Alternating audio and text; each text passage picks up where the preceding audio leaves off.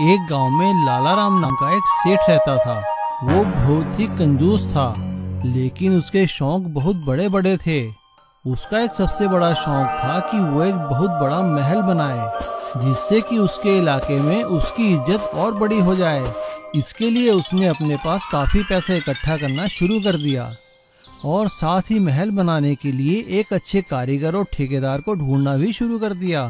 पास ही के गांव में चंदू नाम का एक भवन निर्माण करने वाला ठेकेदार रहता था। वो बहुत ही अच्छे मकान बनाया करता था। उसके पास कारीगरों की बहुत अच्छी टीम थी। लाला राम एक दिन चंदू के पास गया। अरे भाई चंदू, तुम्हारा बहुत नाम सुना है हमने, क्या तुम मेरे लिए काम करोगे? अरे जी हाँ सेठ जी, बताइए क्या काम है? भाई एक मेरे लिए छोटा सा महल बनाना है, अब बना पाओगे तुम? हाँ सेठ जी, मैं पूरी कोशिश करूँगा। तो ठीक है भाई, आ जाओ फिर गांव में।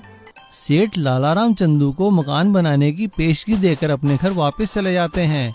2-3 दिन के बाद ही चंदू अपने कारीगरों को लेकर लाला राम के घर पहुंच जाता है और लाला राम उन्हें लेकर उस जगह जाते हैं जहां पे कि महल बनाना था। भवन निर्माण के लिए पूजा पाठ करने के बाद चंदू मकान बनाने का काम शुरू कर देता है। ढांचा खड़ा करने के बाद एक दिन वो सेठ के पास जाता है।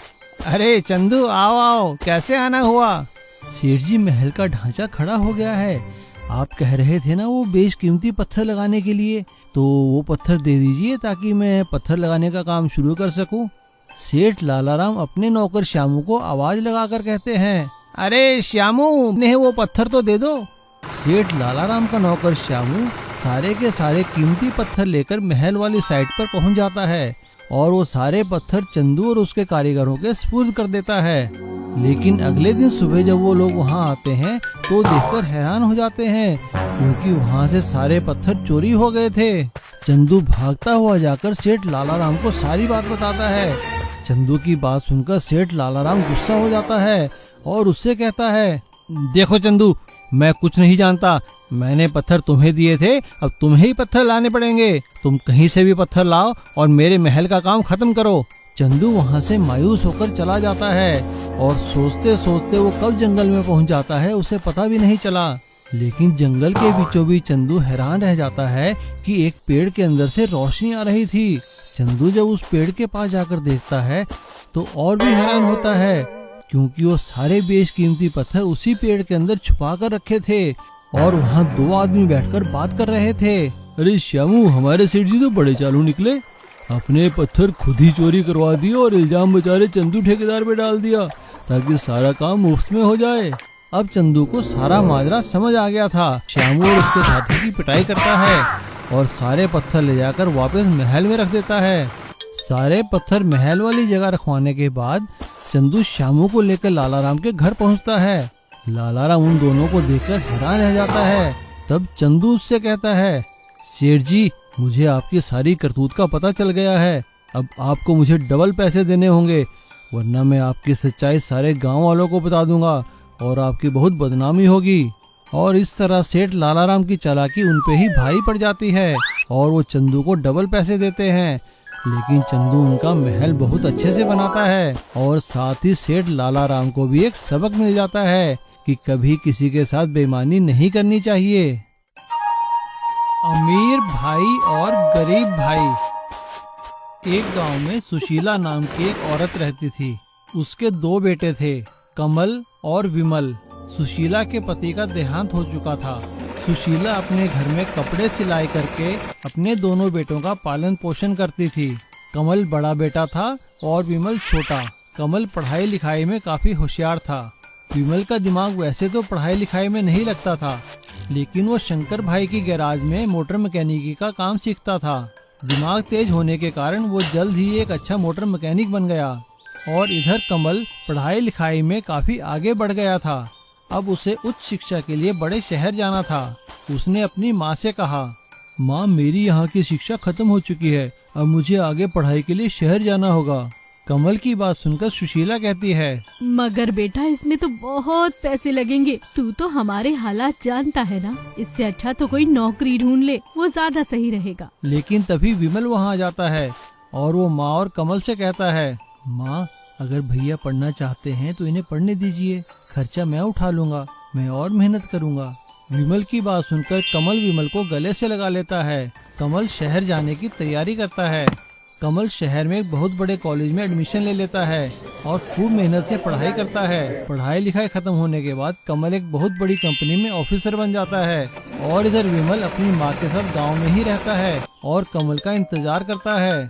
लेकिन कमल कभी वापस घर नहीं आता, वो सिर्फ फोन पे ही कभी कभी बात कर लिया करता है। बड़ा ऑफिसर बन जाने के कारण कमल में काफी घमंड आ गया था और इधर सुशीला कमल को याद कर करके रोती रहती है और उनकी तबीयत काफी खराब हो जाती है। वो विमल से कहती हैं, बेटा बस एक बार तू कमल को मेरे पास ले आ ताकि मेरी आत्मा को शांति मिल सके। माँ ऐसा मत कहो, तुम ठीक हो जाओगी। बाकी जहाँ तक रही कमल की बात, मैं कल ही शहर जाकर कमल को अपने साथ लेकर आऊंगा। और अगले ही दिन विमल गांव वालों को अपनी माँ का ख्याल रखने के लिए कहकर कमल को लाने के लिए शहर को निकल जाता है। शहर पहुँचने के बाद वो विमल का पता ढूंढने लगता है। जब वो एक सड़क पर जा रहा था तभी उसने देखा कि एक तेज रफ्तार से गाड़ी आई और एक डिवाइडर से टकराकर रुक गई। विमल भागकर उस गाड़ी की तरफ गया। उसने देखा उसमें एक बुजुर्ग आदमी बैठे थे। विमल ने उन्हें बाहर निकाला। बाबूजी आप ठीक तो है ना? आपके ज्यादा चोट तो नहीं लगी? अरे नहीं बेटा, हल्की सी खरोंच आई है। शुक्र है भगवान का जो मैं बच गया। लगता है गाड़ी की ब्रेक फेल हो गई है। कोई बात नहीं बाबूजी, मैं अभी देखता हूँ। विमल ने कार से टूल बॉक्स निकाला और कार को ठीक कर दिया। वो आदमी विमल से काफी प्रभावित हुआ और उसने विमल का शहर आने का कारण पूछा।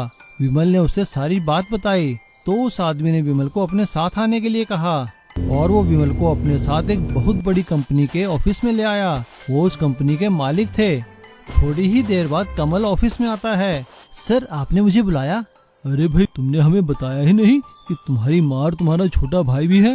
विमल ये सुनकर हैरान रह जाता है और कमल विमल को देखकर चौंक जाता है। अरे नहीं बाबूजी, कमल भैया तो हमें बहुत बुलाते हैं शहर, वो तो माँ ही नहीं आना चाहती। विमल के मुंह से ऐसी बात सुनकर कमल बहुत शर्मिंदा होता है और वो विमल से माफी मांगता है। कमल विमल के साथ गांव जाता है और माँ से माफी मांगता है और विमल और माँ को लेकर शहर आ जाता है और माँ का एक बहुत बड़े हॉस्पिटल में इलाज करवाता है। जल्दी ही सुशीला जी ठीक हो जाती हैं और अब दोनों बेटों के साथ खुशी खुशी रहने लगती हैं, कभी गांव में तो कभी शहर में। इडली चाय वाली की सफलता। पुन्नूर गांव पहाड़ी पे बसा एक सुंदर सा गांव था।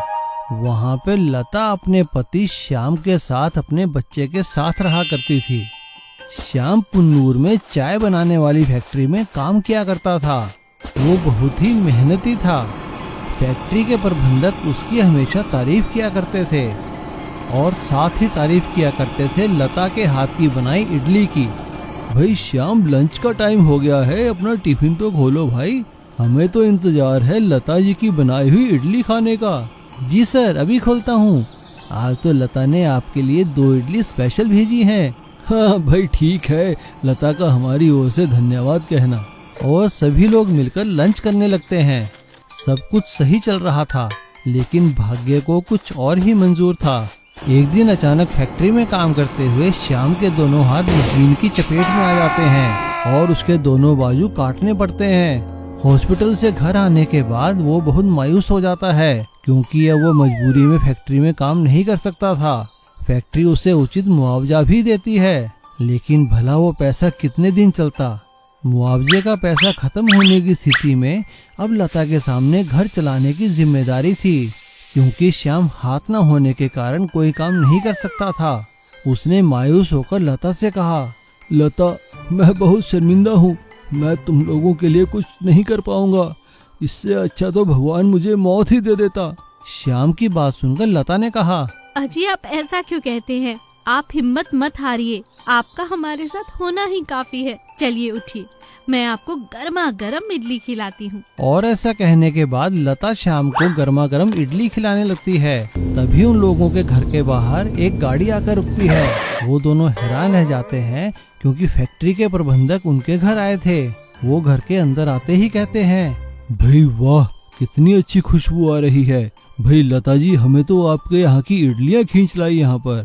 उनकी ये बात सुनकर लता कहती है, हाँ हाँ बिल्कुल सर, मैंने अभी अभी गर्मा गर्म घर में इडलियाँ बनाई हैं, मैं आपके लिए भी लेकर आती हूँ।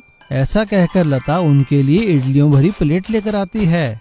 फैक्ट्री के प्रबंधक इडली खाकर लता की बहुत तारीफ करते हैं और उन्हें एक प्रस्ताव देते हैं।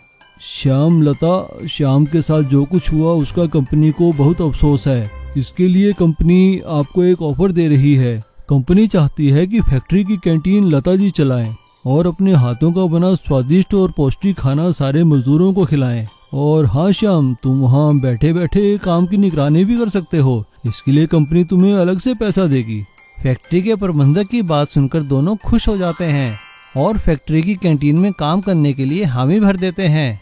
अब फैक्ट्री की कैंटीन में लता इडली के साथ साथ स्वादिष्ट चाय बनाकर भी बेचने लगती है और श्याम वहाँ बैठा बैठा सारे कैंटीन के हिसाब किताब की देखभाल करता है और लता को सभी इडली और चाय वाली लता जी के नाम से जानने लगते हैं और धीरे धीरे उन्हें आसपास की फैक्ट्री की कैंटीनों में भी काम मिल जाता है और वो अब एक सफल गृहिणी ही नहीं बल्कि एक सफल बिजनेस वुमन बन चुकी थी। इसीलिए कहते हैं ना, ईमानदारी और सच्चे दिल से किया गया काम कभी निष्फल नहीं जाता, उसका फल हमेशा मिलता है।